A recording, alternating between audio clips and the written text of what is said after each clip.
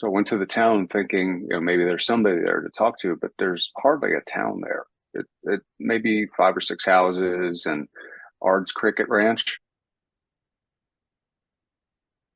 Welcome to another episode of the Gay Barchives Show, where we explore gay history one bar at a time. I'm your host, Art Smith, and our guest today is Martin Padgett, the author of A Night at the Sweet Gumhead. So welcome to the show, Marty. How are you? Good. How are you? I'm doing well. Glad to be here. Likewise. So when I started this Gay Barchives project several years back, one of the first books that I bought to actually research gay history from a literary perspective was a little book that I have on my bookshelf behind me that you can probably see right there, which was called A Night at the Sweet Gumhead. And the subtitle to that book is Drag, Drugs, Disco, and Atlanta's Gay Revolution. What inspired you to take that path and record the history of the Sweet Gumhead and Atlanta's gay politics? I had lived close to Cheshire Bridge for just about the entire time I lived in Atlanta. And I knew all the clubs that I had gone to that were not far away from my house. And when I was researching to do some other writing, I stumbled across the bar's name and I thought, well, why don't I know about that? And it was because it had closed, I hate to say it, when I was in middle school. But as I started to do some research on it, I realized it was next door, literally next door to the apartment that I had lived in when I first moved into the city of Atlanta. And I thought there's got to be a lot more here. And obviously there was, particularly once I found John Greenwell's memoir of his days performing as Rachel Wells online.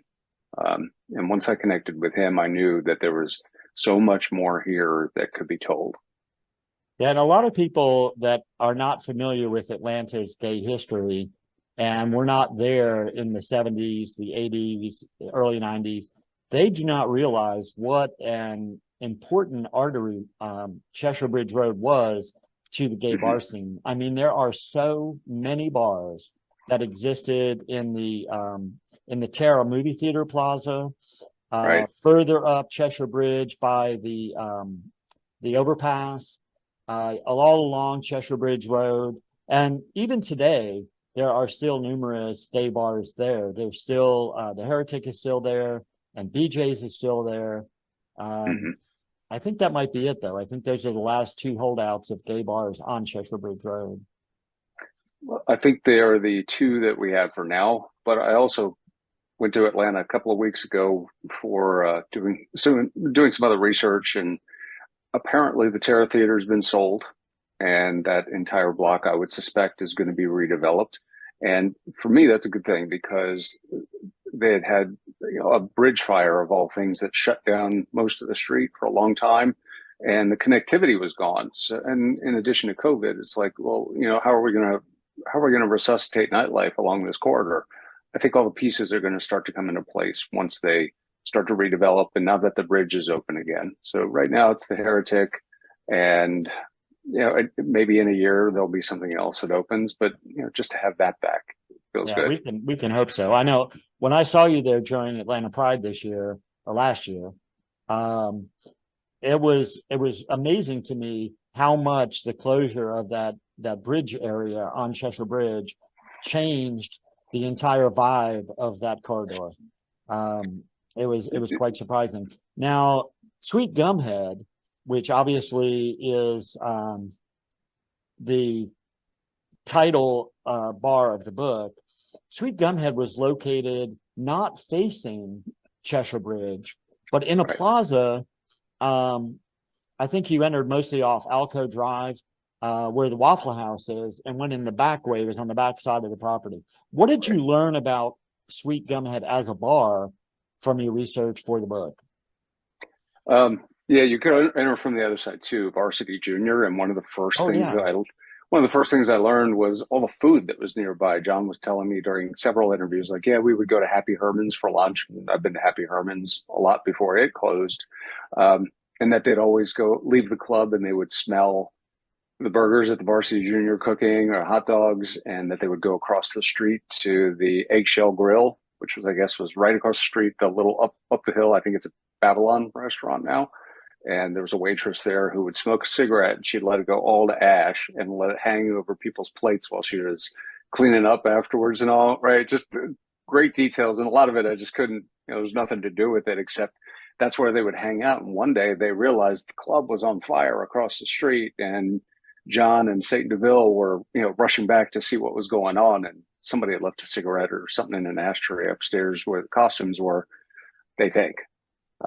But so food is some of the memories, and that's kind of how I remember it too. But the physical location was interesting because I had to go back through newspapers and gay magazines to see what had been there.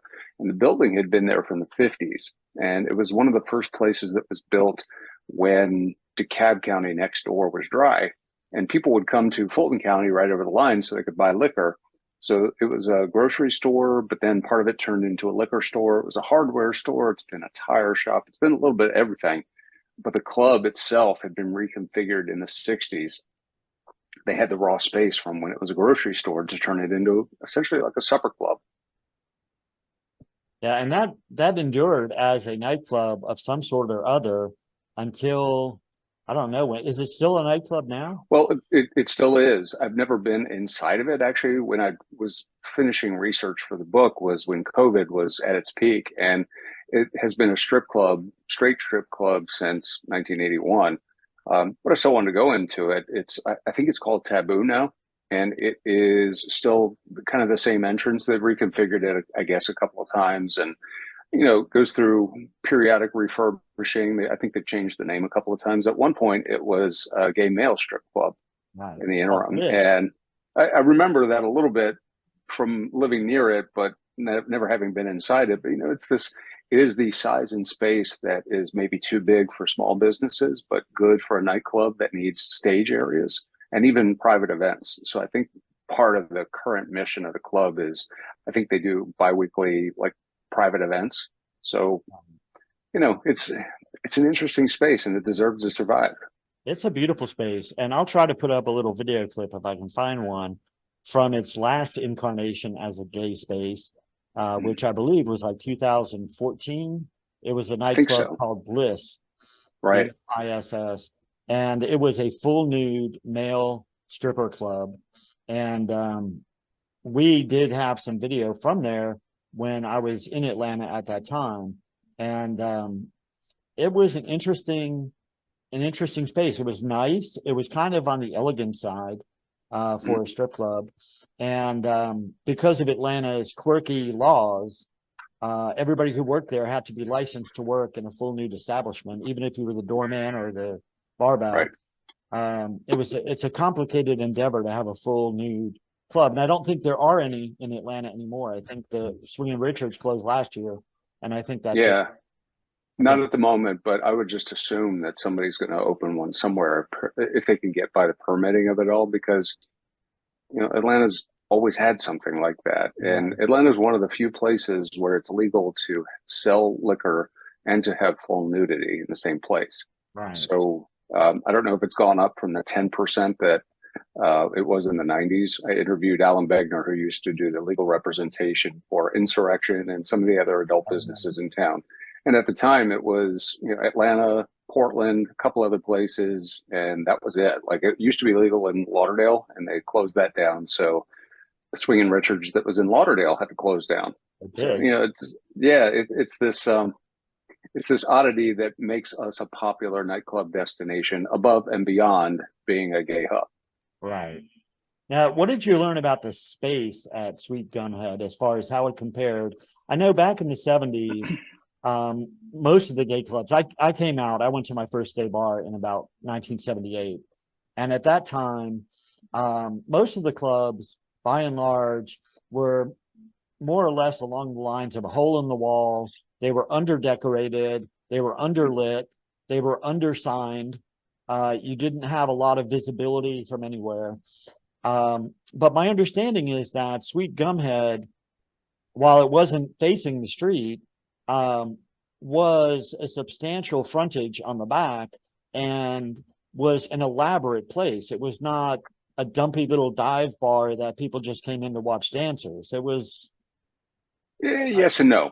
So it had been redecorated by the guy who had turned it into a tavern in the mid '60s, and then it became sort of a like separate called nightclub place called the Houndstooth.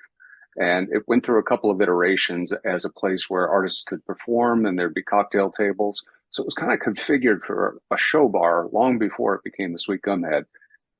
It didn't get a lot of attention from that mid '60s renovation until maybe the late '70s. I remember at one point John Austin, who was the club manager, was talking about, finally replacing the carpet in the place after 10, 12 years at bar.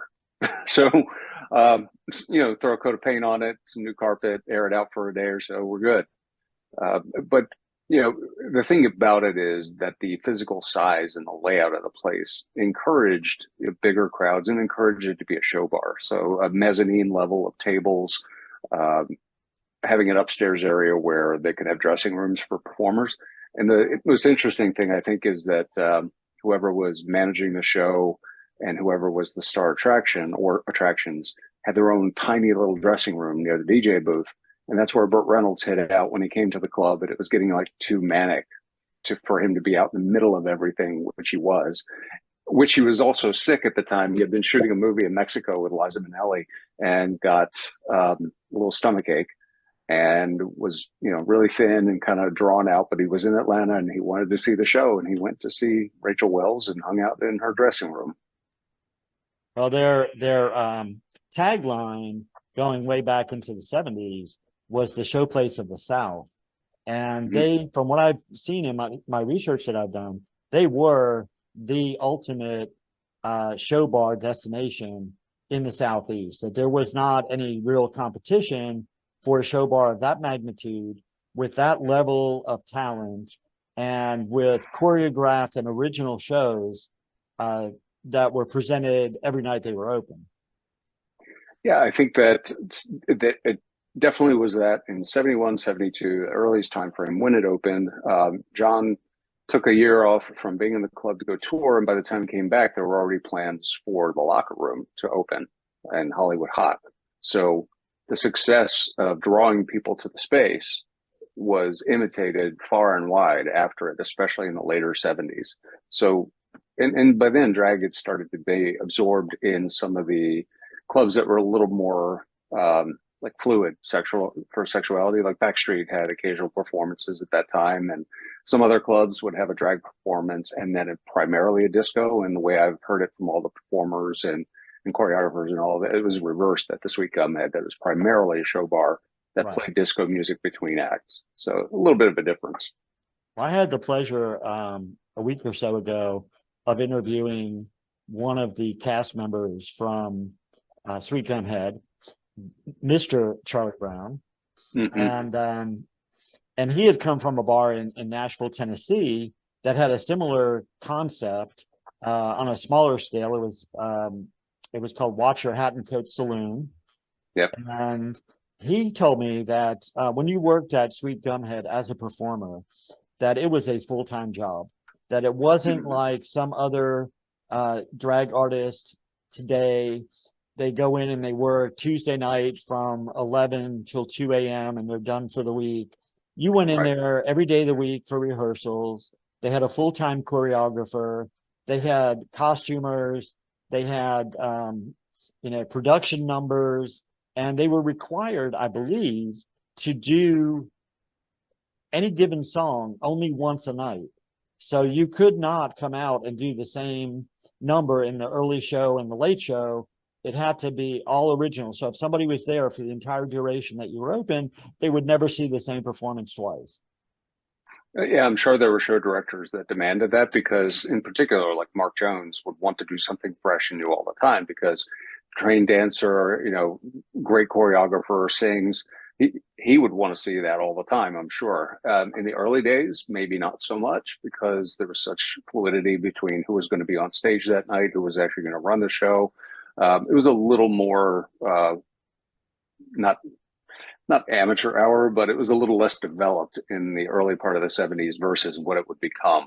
Right. When all these drag stars are at their peak, Charlie and Rachel and Satan and Hot Chocolate.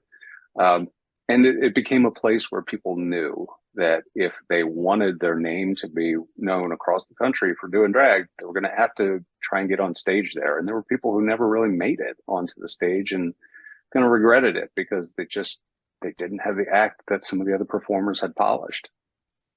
Yeah, you mentioned a couple of the names of performers that were known for being there. So I'm going to just throw a name out and Sure. tell me what interesting things or what kind of unexpected surprises you came up with in your research about that performer and what your opinion of who they were, how they contributed to the drag scene in Atlanta.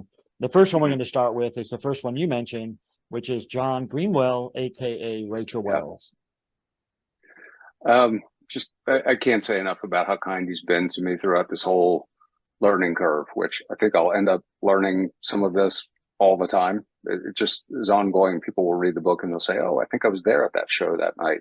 That actually happened a couple of weeks ago. Somebody I knew from Instagram, of all things, his husband had been at the Sweet Gumhead very often and was telling me, I think I was there that night. I think I was there that night. John and I've just, I really admire what he was able to do with his life outside of drag and inside of drag. And he's also a writer and playwright, and we just connect on that level too. And both of our husbands are named Jack. So we have really hit it off in a bunch of different ways. And I just appreciate the fact that he knew even back then that this was important and that he had started to record some of this stuff, because without his memories from the time and then taking the time to record them later, we wouldn't be able to have it. Absolutely. And at that time frame, so many of the gay bars, it was taboo to even be seen in there with a camera.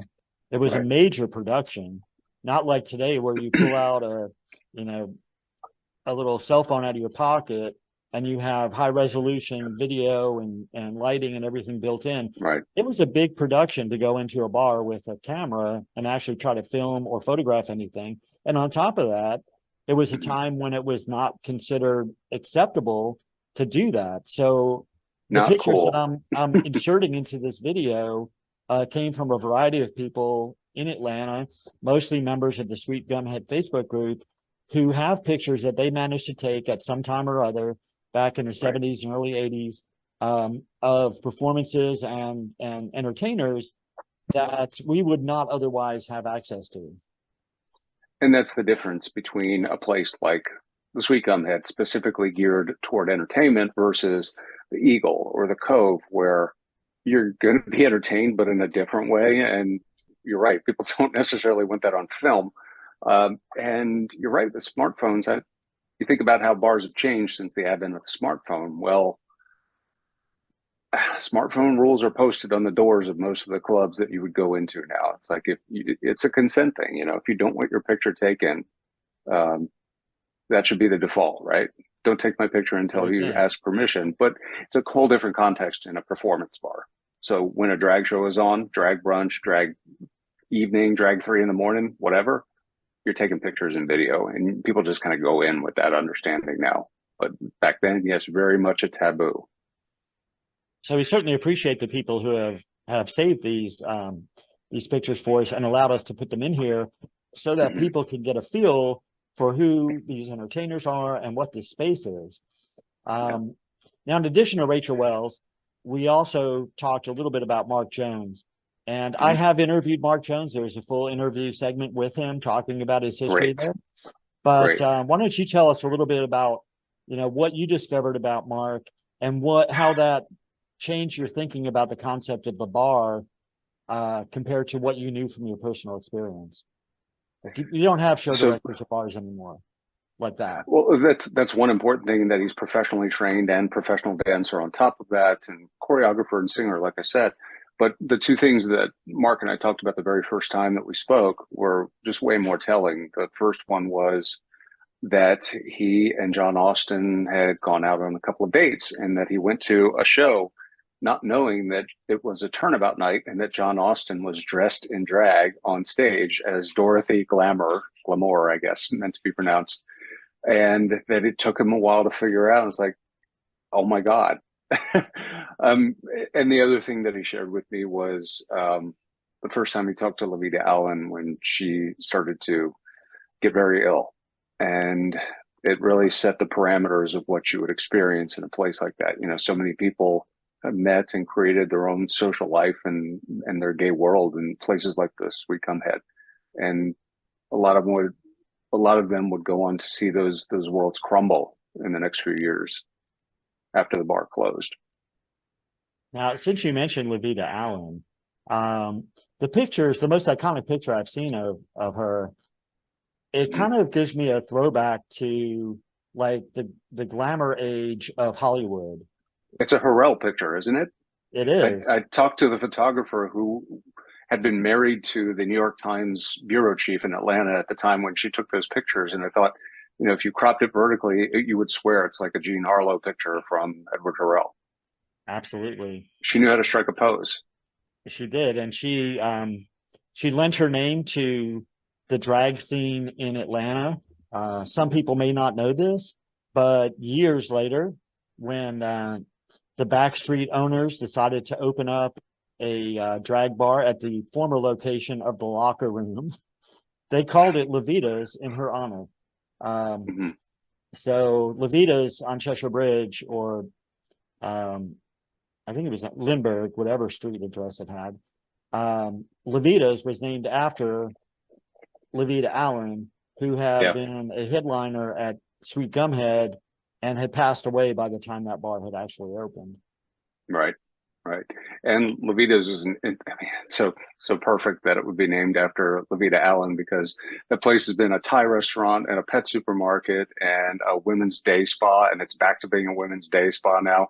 And I was just fascinated with Levita from the beginning when I started to read all about Allen's life as first as a geology teacher at Georgia State and like one of the youngest teachers. So he would have this not great interaction with some students who didn't show him respect. But just how all the other performers said Levita was the brilliant one. And how devastated she was when she didn't win a pageant against Hot Chocolate because she had just put everything she could into making herself as beautiful and making the act that she put on in that pageant as compelling as she could, and she still came in second. Yeah, and I don't know what to credit that to because I didn't see the pageant, but I know that was at a time when performers of color were starting to get a little bit more recognized because we had a lot of strong female singers in the mainstream market who were really penetrating the gay market, the gay bar scene. Their songs were skyrocketing. You had all kinds of people out there that really had an emotional attachment to the gay market. And sometimes that alone can be what does it. The choice of the song can determine whether you win, as opposed Could be. Yeah, to I think in that case it had everything to do with Hot Chocolate being brilliant at what she does and absolutely. showing up in like 5 different costumes with guys carrying her in on a sedan chair and and lip syncs to some of the best disco songs of the day. Just sounds like something that I like a lot of this that I really regret that I never saw it myself. Yeah, and the fact that there are no videos for you to watch really, Yeah. and see it at least sort of on video. But that's part of the reason I started this whole project, not just because of the videos, but the memories in general. The memories of bars from the 60s, 70s, 80s, they're not well recorded anywhere. So by being able to talk to people who have researched them or people who have lived through them, it kind of brings back a little bit of that history and lets people know something about those places that they might not otherwise find out. And it's particularly rich in Atlanta and other places too. I just know Atlanta because I've done the research there. It's we deserve the kind of depth and breadth of history as any other kind of interesting facet that you could take. If you wanted to do history on just the lesbian bars in Atlanta, well, good luck. You're going to be researching it for 20 years. There's so much. That is true.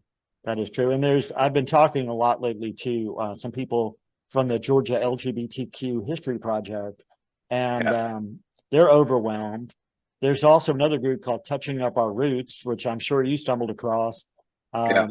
that deals, I believe, more with the political side of the gay history. I think that's more of their focus than the bars.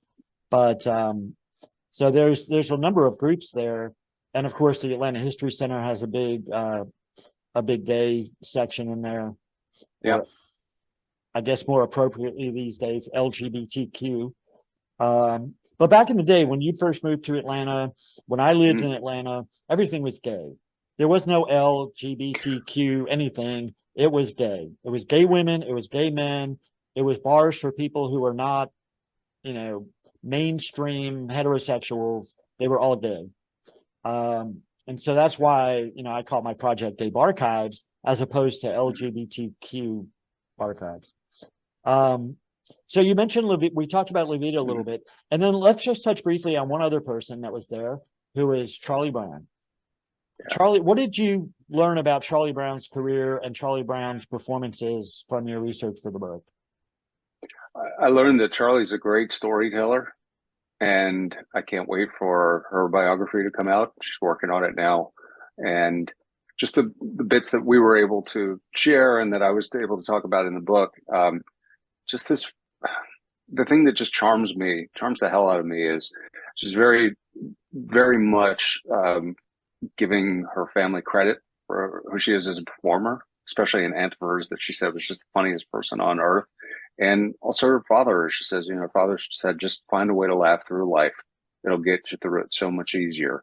And compared to some of the other people that I spoke with, it was just so refreshing to see somebody still so connected with the family and the memories of their family that that was something that I really explored in every person that I talked with, a notch or two below the surface. I wanted people to know that it's not just, queer people don't just come from broken families. And part of talking about each person in depth was here's the differences in the relationships that they had with the people that they shared the first part of their lives with. Absolutely.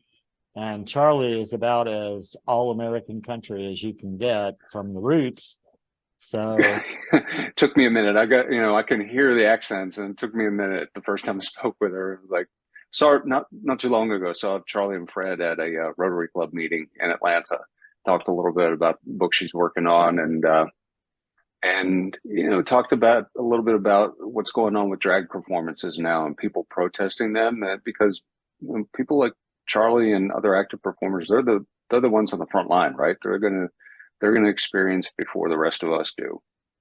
So it really disheartens me to see that going on, because if you miss out the chance to see Charlie Brown perform because somebody's getting protests going on in front of it, well, it's a loss. I mean, you should see her perform. So I hope that all that stuff just dies down again.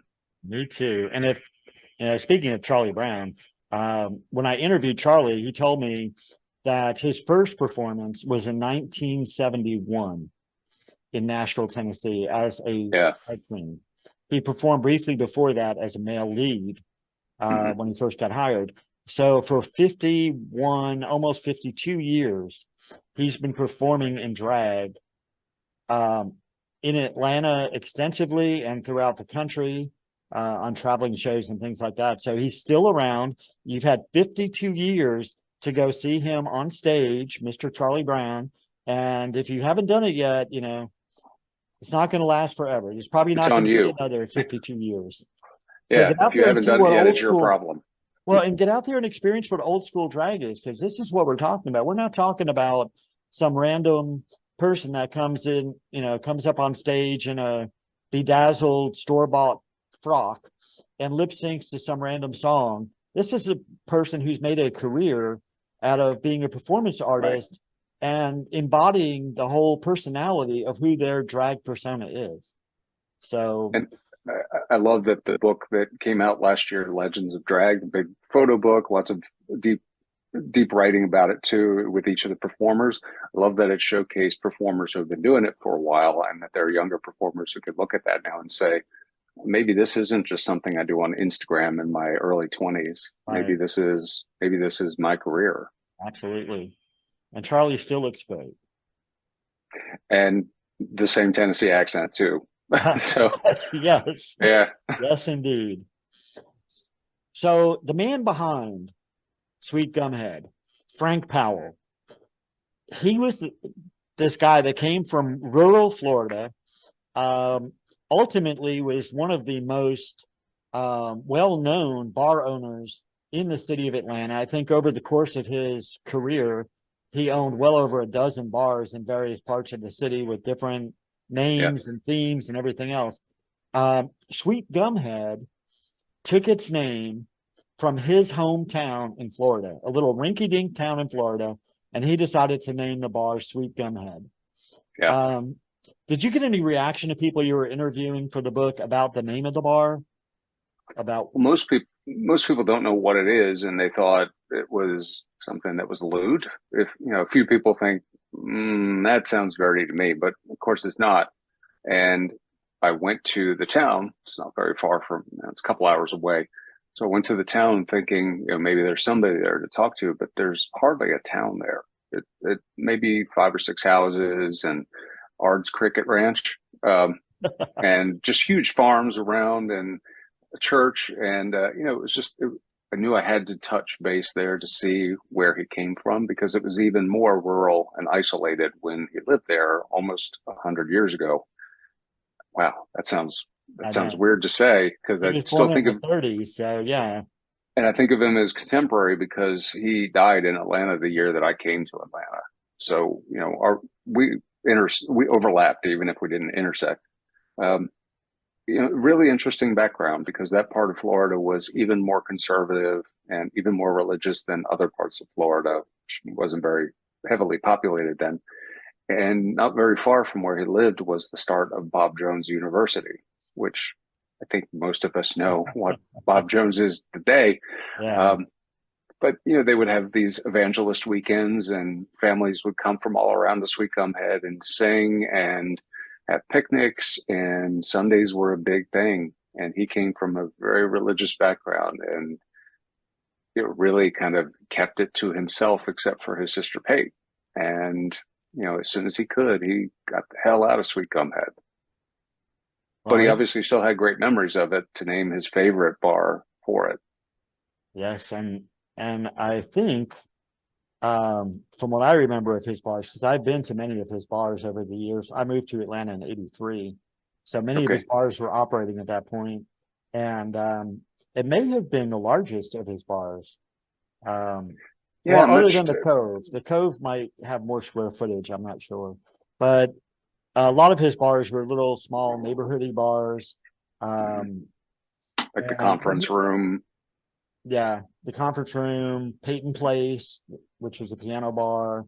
Hmm. The Tower Lounge, I think, was his at one time, maybe. Yeah, I don't know Uh, that one. Tin Frank Lizzy, Powell's place. Frank Powell's Place. Tin Lizzy was one of his, or Yeah. Model T, whatever it was called that year. Oh, yeah, that's right. And he was partners with Dana and Yeah. sold it to her. Yeah, And now it's called T's, T I think apostrophe so. S. Did Uh, it, is it still there, even though they made the no, it's Kroger or not something else? at Ford Factory Square. It's over by Grant Park. Okay. Um, but it still exists.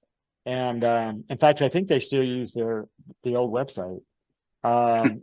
But in any event, he left his mark on the Atlanta gay bar scene for sure. Yeah. So this book that you put out already, uh, when did it come out? Last year? The end of the year before? 2021.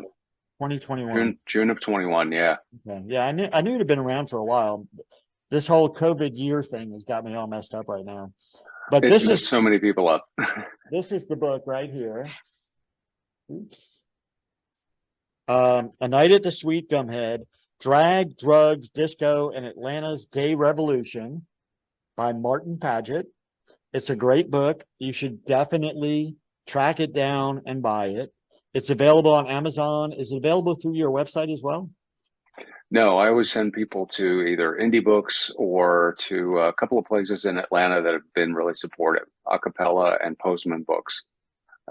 If you're in town, and Postman has some signed copies too, and I stop by there every so often and sign some more because they keep it in stock. All right then. Now, when you decided to do this book and you started doing research, how long did it take you to actually research all this information, not only about the Sweet Gumhead, but about the whole, gay liberation scene in Atlanta from that time period? From the time I started, probably like October of 2016, and I turned in the book to my editor, complete probably sometime in the summer of 2020. That's And great. then there were stretches in there. There was one 6 month stretch where I really didn't do much with it because I was trying to track down people, trying to figure out how to organize a book like this, um, and trying to figure out who was going to pitch it to publishers for me. But it's not unusual for books to take 3, 4, 5, 12 years to research. Um, I've spoken with authors who have done the decade attached to one book, and it's sometimes you just have to spend that much time to know this stuff front to back. And as you and I both know, researching topics that are predominantly related to the gay community 50 years ago is especially difficult because it was not mainstream news. It was not in the Atlanta Journal. It was Mm-hmm. not recorded anywhere. The universities weren't saving the documents for the most part. So Yeah, it was an obscure history that has to be, you have to dig long and hard to be able to find this kind of information. yeah, we're racing to catch up now, and I'm studying history now too, finishing up, and it is. There's been 10-15 year period now where people just realize all this material that people used to just throw away out of their basements has real value for history. So that's why the Atlanta History Center and Georgia State University and University of Georgia, Emory, all these places where things are accepted have been, creating these new archives. Georgia State has great digital assets, especially photography. Atlanta History Center has lots of physical objects. Emory has the American Music Show, the entire run of it that they got from VHS tapes. And they have a Polaroid collection from John Arge from the late 80s, early 90s. And there's some really great collections out there, and people have barely touched the surface of what they could do. So, I'm happy that we're catching up during my time researching all this and that there's fresh stuff to be looking at and to get the first eyes on. I agree with you 100%. It excites me to no end when I stumble across somebody who has some relevance to this project. You mentioned John Arge. We communicate on Facebook pretty regularly, a few times a week. Yeah, And at some point, hopefully I'll get to do, a video interview with him and maybe feature some of his many bazillions of photographs that he managed to take in all the most obscure right. clubs around the city. Um, because those kind of collections need to be accessible to the public. And it's nice to have them Mm-hmm. in an archive, but if that means that anybody who wants to see them has to fly to Atlanta and go to the History Center to look at a book, that's not the most practical way in the world to share them. So I'd Yeah, like I to be think able to so. share some of them through a video where people can see at least a taste of it. It's difficult. I think the earliest archive acquisitions of this kind of stuff were not done with like universal rights attached to it. So there's just a technical thing for people who are listening or watching. It's like if there's a picture, you have to have the right of the original photographer to be able to redistribute it. And sometimes that person is dead or not interested in giving you permission, or more than likely, there's no name on the back of the picture, no date, no nothing. You don't know Right. who took it.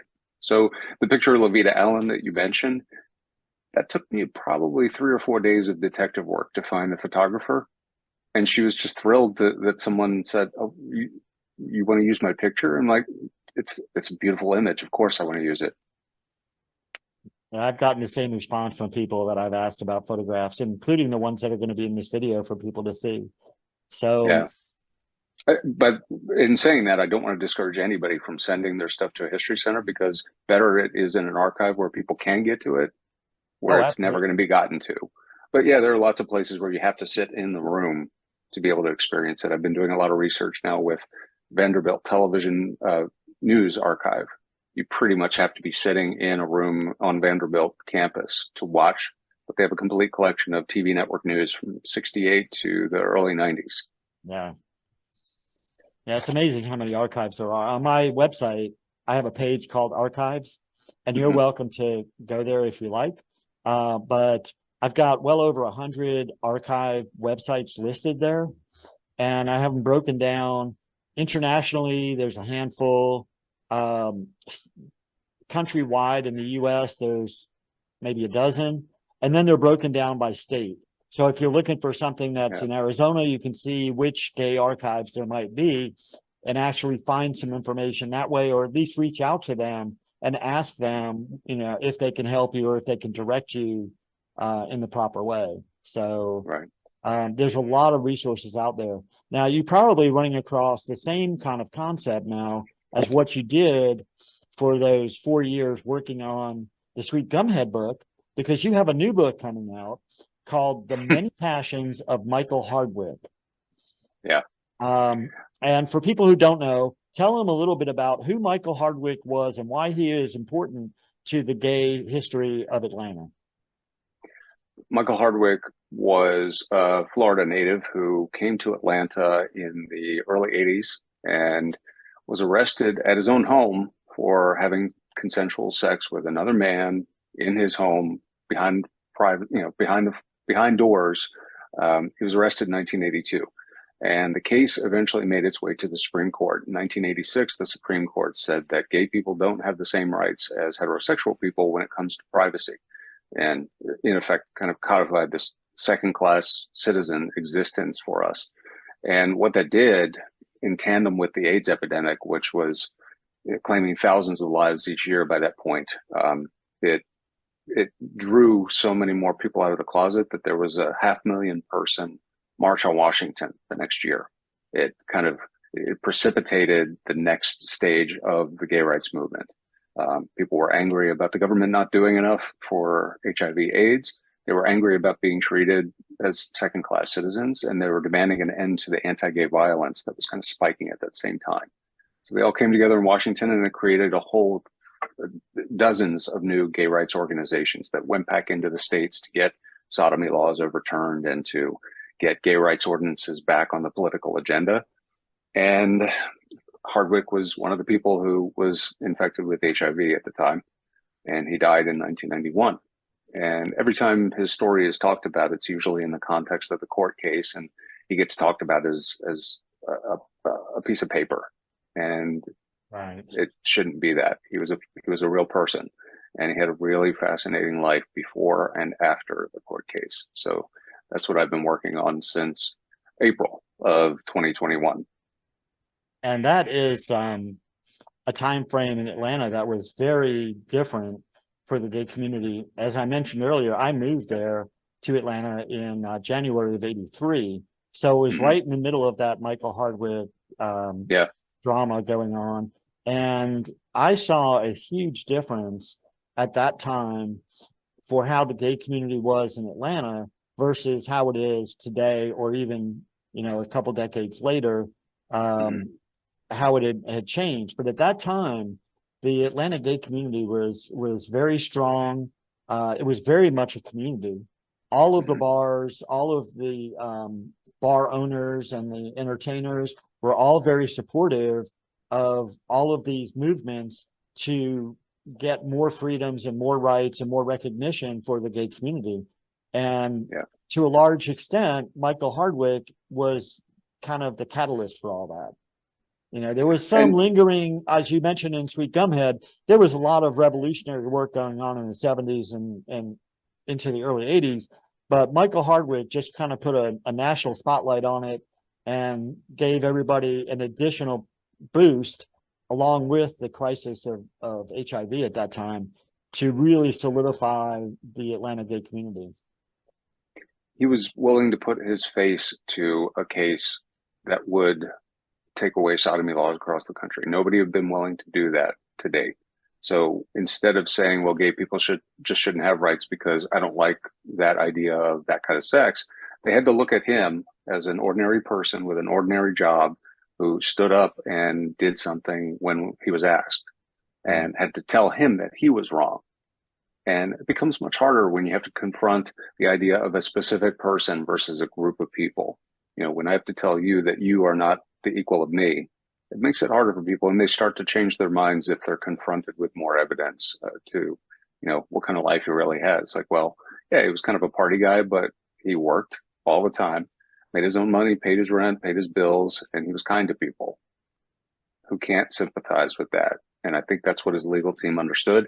And they understood the value of getting the Supreme Court to rule against them too, because they thought we may not win, but if we don't, people are going to be angry. And it was a time where people needed to be angry. And we're very fortunate now that that all went down the way it did, because we have experienced quite a few changes in what is available to the gay community, what rights we have. Although we're struggling in some places with them again, but the groundwork is laid. And yeah, that's the whole reason for writing the book, really. And I knew I wanted to do it because I just thought he's a fascinating person from Atlanta history who hasn't gotten what he deserves. But then the ruling in the Dobbs case that overturned Roe v. Wade, and Clarence Thomas writes in it that we should take another look at the law that okayed sodomy laws to be dismantled. We want to revisit Lawrence v. Texas. Like, oh, great. So Clarence Thomas wants us to go back to the Hardwick idea that the state can come in and watch who you're having sex with. Crazy. So here we are again. So in addition to becoming more familiar with Michael Hardwick as a person and helping to make him a likable character, when people read this book, they can kind of relate to him and understand the whole concept of what happened much better, because up until this point, most people, unless they were there in the early 80s, don't have a whole lot of recognition of the name Hardwick. It's not that important to them. Right. But hopefully once your book comes out and people start to realize who he was and what he was like and how he impacted, the whole legislative process and where we are today, that could make a difference in history. But while you were researching this, you also got to delve into another gay venue in Atlanta that, again, was attached to Frank Powell, again, was a revolutionary bar. It was one of only a handful of bars in Atlanta's gay history that ever had a 24-hour liquor license. And you could literally, they were always open. They never closed. They couldn't close because they would lose their 24-hour license. So you could, and there were no locks on the doors anyway. So you could go in there any time of the day or night, and you could have a cocktail, play a game of pool, maybe have a little fun in the back. There was a lot of stuff going on there. It was kind of the grungy, seedy, macho, masculine 24-hour bar, gay bar of Atlanta at the time. I don't even, did they even allow women? Oh, yeah. I mean, it was a place where trans women would hang out too, because they would be accepted, and where they wouldn't be accepted otherwise. But more to the point, it was a place where people who worked very late shifts could also go and have a drink when they got off work at like 4 a.m. So my personal experience with the Cove, I never went in the building, but I know a lot of journalists from Atlanta who remember the Cove fondly from the late 80s and early 90s, because they would sign off on the paper at 2, 3 in the morning and want to go out and have a drink. So they'd go to the Cove. And one of my friends, she swears up and down, she's like, I had no idea what was going on out back. Like, okay, yeah, sure. But, Michael showed up at the Cove. Well, he showed up in Atlanta and worked for Backstreet for a while. And when the Cove expanded and added its disco floor, July 4th, 82, around then is when he came over to the Cove, and he had been working there to help install equipment, set up the disco, and he was going to he took over one of the bar spots right next to the entry to the disco floor. So he was widely known around town, friendly face, bartender, good guy, comes over to work at the Cove, and he leaves one morning, 6 in the morning, and they offer him a drink. He takes a sip of beer out of the bottle as he's walking outside, and a police car drives by. And that initiated this whole decade of his life of basically being made into this legal creation. In addition to being Michael Hardwick, everybody's friend, he became Michael Hardwick, Supreme Court appellant. Yeah, it's amazing how integrated our bar scene kind of tends to get with our history, because there's so many. It was such an important part of our lives back then.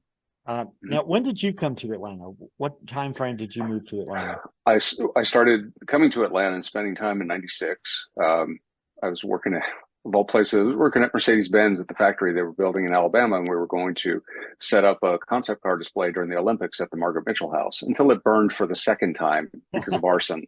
But I kept coming to Atlanta because I had a lot of fun. And I moved in January '97, not very long before the Other Side Lounge was bombed. And Oh, wow. there's Atlanta, not just through the books that I've written and writing, those, it has this outsized place in queer history, but just in terms of these events that were happening, this clash between conservatism and progressivism was literally happening between Georgia and Atlanta. And that's why it's a great place to talk about, not just because it's our home and we love it, but also because important things were happening that might not have happened in New York or LA or San Francisco at the time. There's a real clash of cultures in Atlanta. At that time frame, Atlanta was a major anomaly in the state of Georgia. For people who don't know, 50% of the population of the state of Georgia and more than 50% of the earned revenue for the state of Georgia was generated in Atlanta. So that one city was equivalent or larger than the entire rest of the state. And they were diametrically opposed politically. Atlanta was much more liberal and much more black than the rest of the state was. There were many more gays. It seemed like everybody in Atlanta was gay at one time. When I was living there, I was like, no matter where you went to the mall, you went to the restaurant, you went anywhere, and you saw gay people everywhere. So you had gaydar. Yeah. Well, yeah. So it was an interesting time, and the way the community was changing, the way that we were starting to solidify and fight for rights together. Atlanta Pride was growing by leaps and bounds. We used to come down Peachtree Street and march right past the First Baptist Church as they were letting out on a Sunday afternoon. And the parishioners would be out there with protest signs and yelling and screaming and hurling epithets at the marchers.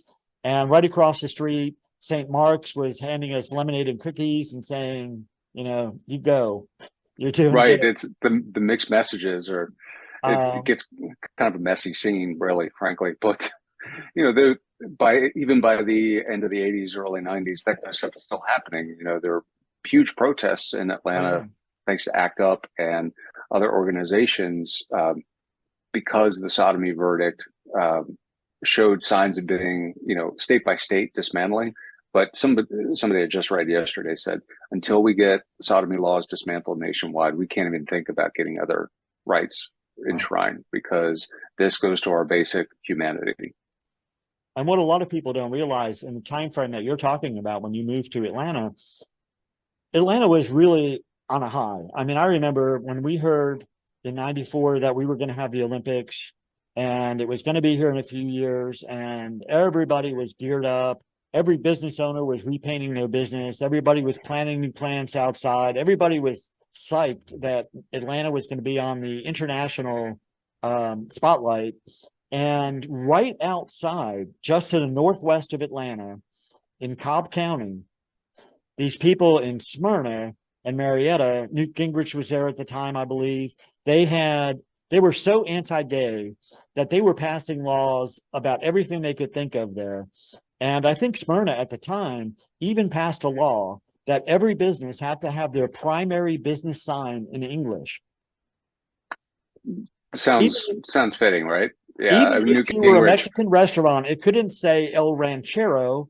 It would have to say the Ranch House or whatever. And then in smaller letters, El Ranchero, which is kind of funny for a city whose name is a Greek place, Smyrna. I don't know how they got that. But in any event, their anti-gay sentiment just outside the city of Atlanta was so strong that there was a national petition against Cobb County. And Cobb County is the Keep the Olympics out of Cobb. It's the only county in the entire state of Georgia that did not see the Olympic flame pass through. It was brought through that county in an enclosed van with nobody able to see it on the side streets because they were so anti-gay. And that was just a couple miles up the road. Which is so ironic now, because as kind of Midtown has kind of spread and people have cashed out because Midtown's so expensive now. And one of the places they're going is Vinings and Marietta. And that's become one of the, right. All these things change over time. The really fascinating thing about that era for me, you mentioned Newt Gingrich, and he's one of the first people to come out like with the LaRouche Amendment, where if you were HIV positive or had AIDS, or even if you were suspect, was literally the words they used. If you were suspect, they were going to try and pass measures to have you quarantined. And LaRouche wanted to tattoo people with HIV. Oh, how Hitler. Exactly. And people, you hesitate to talk about, everybody rushes right to Hitler, right, in history. And it's like, well, this is exactly what they had in mind. And that was a very extreme right-wing view. However, some of those people had inroads into government, and LaRouche got enough people to sign his California constitutional amendment to get it on a ballot. So this is not that long ago. It is not. And anybody that's interested in learning more about the Atlanta gay politics of the 70s and 80s, or about the Sweet Gumhead and all the fabulous performers that were there, should definitely pick up a copy of A Night at the Sweet Gumhead by Martin Padgett. It's a captivating read. You will sit there and you probably won't sleep that night, but you'll read the entire book from cover to cover. Great story. And we look forward to seeing your next book, The Many Passions of Michael Hardwick. Sometime next year, maybe August, maybe June, probably October. All right, then. Well, thank you so much, Marty.